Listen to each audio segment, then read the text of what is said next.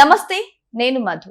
తిరుమల తిరుపతి నెయ్యి కల్తీ వ్యవహారంలో విజయ్ భాస్కర్ రెడ్డి నేనే చేశానంటూ పశ్చాత్తాప పడుతున్నారా? ఇంతకు ఈ డైరీ ఎక్స్పర్ట్ విజయ్ భాస్కర్ రెడ్డి ఎవరు, ఎక్కడి నుంచి వచ్చారు, ఆయన పశ్చాత్తాపం ఏంటి, ఈ రోజు మనం తెలుసుకుందాం. ప్రస్తుతం మనతో పాటు ఉన్నారు senior journalist doctor Durga Vadlamani గారు. వారిని అడిగి మరిన్ని విషయాలను తెలుసుకుందాం. నమస్కారం మేడం. అండి.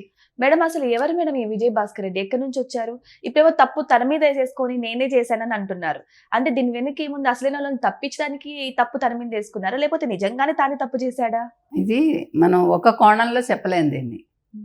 తప్పు కూడా చేశాడు ఈయన, అయితే ఈయనే తప్పు చేసి ఉంటాడు.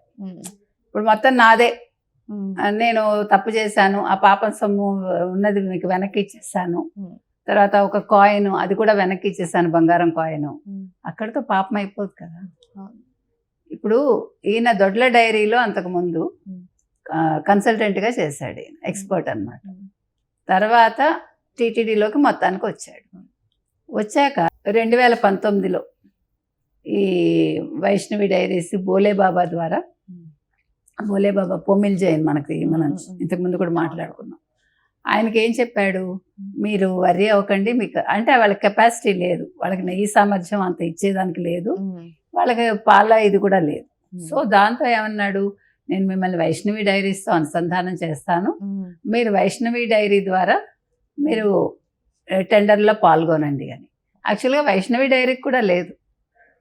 వైష్ణవి డైరీ దగ్గరికి వీళ్ళు వెళ్ళేసరికి వాళ్ళు 4 అన్నదమ్ములట, వాళ్ళు 7 కోట్ల అప్పులో ఉన్నారు, జీతాలు కూడా ఇవ్వట్లేదు, వాళ్ళ దగ్గర వెయింగ్ మిషన్ కూడా లేదని తెలుస్తుంది.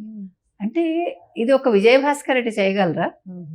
ఇప్పుడు విజయ్ భాస్కర్ రెడ్డి తప్పు నాదే, నన్ను క్షమించండి అని వాళ్ళ దొంగేడుపులు ఏడుస్తూ ఉంటే, అంటే ఎవరిని తప్పించడానికి విజయ్ భాస్కర్ రెడ్డి ట్రై చేస్తున్నారు?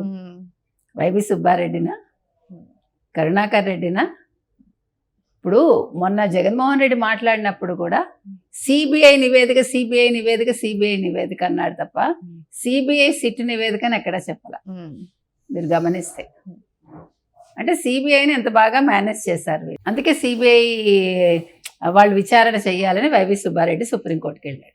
మనం చూసాం కదా వివేకానంద రెడ్డి హత్య కేసులో సిబిఐ ఏం చేసిందో, ఇప్పుడు ఏమి చెప్పిందో, ఇంకా విచారించాల్సిన అవసరమే లేదని చెప్పింది వివేకానంద రెడ్డి హత్య కేసులో ఫర్దర్గా సిబిఐ సుప్రీంకోర్టు. ఎంత బాధాకరం. ఈయన ఎంత తెలివిగా చేశాడంటే, ఇప్పుడు ఆ వైష్ణవి డైరీ దగ్గరికి వెళ్ళి ఈయన పొమిల్ జైన్ని తీసుకుని విజయ్ భాస్కర్ రెడ్డి వెళ్ళి, మీరు ఏం చేయదు, అప్పటికే 3 అన్నదమ్ములు తప్పుకున్నారు, ఒక్కడే ఉన్నాడు అక్కడ.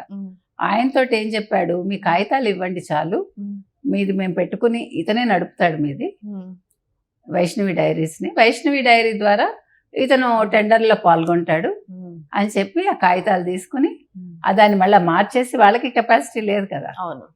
అంటే ఇది ఈ టెండర్లో పలానా వ్యక్తి పాల్గొంటాడని విజయభాస్కర్ రెడ్డి ఆల్రెడీ వైవి సుబ్బారెడ్డికి చెప్పాడు. ఇక్కడ సింఘాల పాత్ర ఏం లేదు, సింఘాలు నిమిత్త మాత్రంగా ఉన్నాడు ఆయన. ఆయన చేసిన తప్పది. ఎందుకు నిమిత్త మాత్రంగా ఉన్నాడు? ఆయన ఎవరికి కంప్లైంట్ చేస్తాడు? ఇప్పుడు కంప్లైంట్ చేయాల్సిన వాళ్ళే తప్పు చేస్తే ఇప్పుడు జగన్మోహన్ రెడ్డి వింటాడా? విన్నారు. అప్పుడు బీజేపీ తోటి కలిసి ఉన్నారు వీళ్ళు. ఇప్పుడు ఒకవేళ కేంద్రానికి చెప్పినా కేంద్రం వింటుందా? They may not. ఆయన ట్రై చేశాడేమో, మనకు తెలియదు. ఇవాళ సింఘాలు మాట్లాడలేదు కాబట్టి ఆయనదే తప్పు అంటానికి మనం లేదు. అవును. ఇంకా కొన్ని సందర్భాల్లో వాళ్ళకి వేరే ఆప్షన్ ఉండదు. సో ఇవాళ విజయ్ భాస్కర్ రెడ్డి అనే అతను, నేను చాలా పునీతుడిని, ఇవాళ నన్ను క్షమించండి, నేను తప్పు చేశానంటే, ఇవాళ పూణేలను మాల్గంగాను కూడా ఇన్వాల్వ్ చేశాడు. మొత్తం 133 కోట్లు, 33 లక్షల లీటర్ల కల్తీ నెయ్యి, నెయ్యరాలో కల్తీ రసాయనాలు అనాలో వాటెవర్. అంటే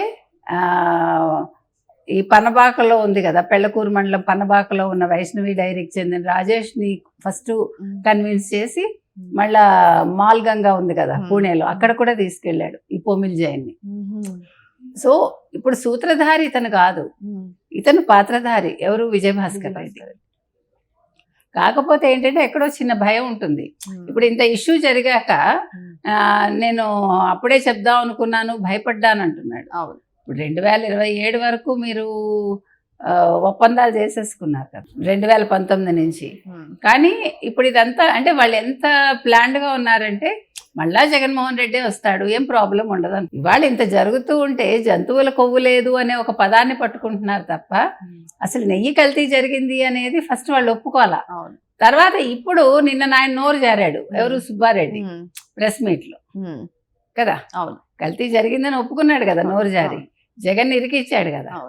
మొన్న జగన్ వెళ్ళి కల్తీ జరగలేదంటాడు, జంతువుల కొవ్వు లేదన్నారు అంటాడు. నిన్నను సుబ్బారెడ్డి ప్రెస్ మీట్ పెట్టి లేదు కల్తీ జరిగింది అని జగన్ ఇరికిచ్చాడు. టీడీపీ వాళ్ళు అనవసరంగా ప్రచారం చేస్తున్నారు, కల్తీ లేకపోయినా కల్తీ ఉందని చెప్తున్నారు, జంతువులు కొవ్వు ఉందని చెప్పి ఫ్లెక్సీలు కడుతున్నారని చెప్తున్నారు. మరి వీళ్ళు కూడా ఫ్లెక్సీలు కట్టారు కదా మేడం. అదే నేను అంటున్నా, వాళ్ళు ఫ్లెక్సీలు కడితే మీకేమిటి, మీరెందుకు అసలు పాప ప్రక్షాళన చేసుకోవటం, మరి మీరెందుకు యజ్ఞయాగాదులు చేసుకోవడం, హోమాలు ఎందుకు చేసుకుంటున్నారు? అంటే మీరు తప్పు చేయకపోతే మీరు ఏమంటారా, కట్టుకోండి మాకేంటి, మేము తప్పు చేయలేదు అని నిబ్బరంగా ఉంటారు. అవును, ఎప్పుడైతే మీరు అలా చేయకుండా ఫ్లెక్సీలు చింపేద్దామని వెళ్ళి, అతను అందుకే కదా వెళ్ళాడు రంబటి రాంబాబు, ఏం చేశాడు, బూతులు మాట్లాడాడు. బూతులు మాట్లాడితే ఈయన ఏం చేశాడు, జగన్మోహన్ రెడ్డి బ్రహ్మాండంగా బూతులు మాట్లాడావయ్యా అని ఈయన 7 గంటలు యాత్ర చేసుకుంటూ, అంటే కాపులకి సంబంధించిన వ్యక్తి అరెస్ట్ అయితే ఈయన పూలు జల్లించుకుని 7 గంటలు ప్రయాణం చేసి, నిజంగా పరామర్శించాలంటే జగన్మోహన్ రెడ్డి అరగంట పోనీ గంటలో వెళ్ళిపోతారు. అలా కాదు, ఇక్కడ అతను పరామర్శించడం ఇష్యూ కాదు, ఒక కాపుకి సంబంధించిన అంటే కాపు సామాజిక వర్గానికి చెందిన వ్యక్తి అరెస్ట్ అయితే దాన్ని ఈయన సంబరాలు చేసుకున్నాడు. అది మీరు గుర్తుపెట్టుకోండి. మీకు అర్థమైందా? ఆయన ఇంటెన్షన్ అది.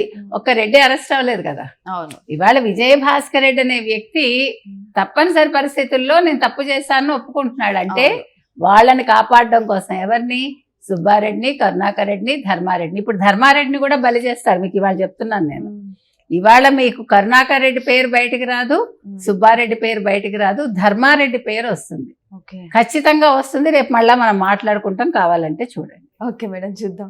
సో ఏదేమైనా సరే ఇప్పుడు ఈ భాస్కర్ రెడ్డి, అదే విజయ్ భాస్కర్ రెడ్డి మాత్రం నేనే సూత్రధారిని అంటూ అసలు వాళ్ళను కప్పిపుచ్చే ప్రయత్నం చేస్తున్నట్టు కొంతమంది వాపోతున్నారు. మరి ఏదేమైనా సరే వెయిట్ చేసి చూద్దాం.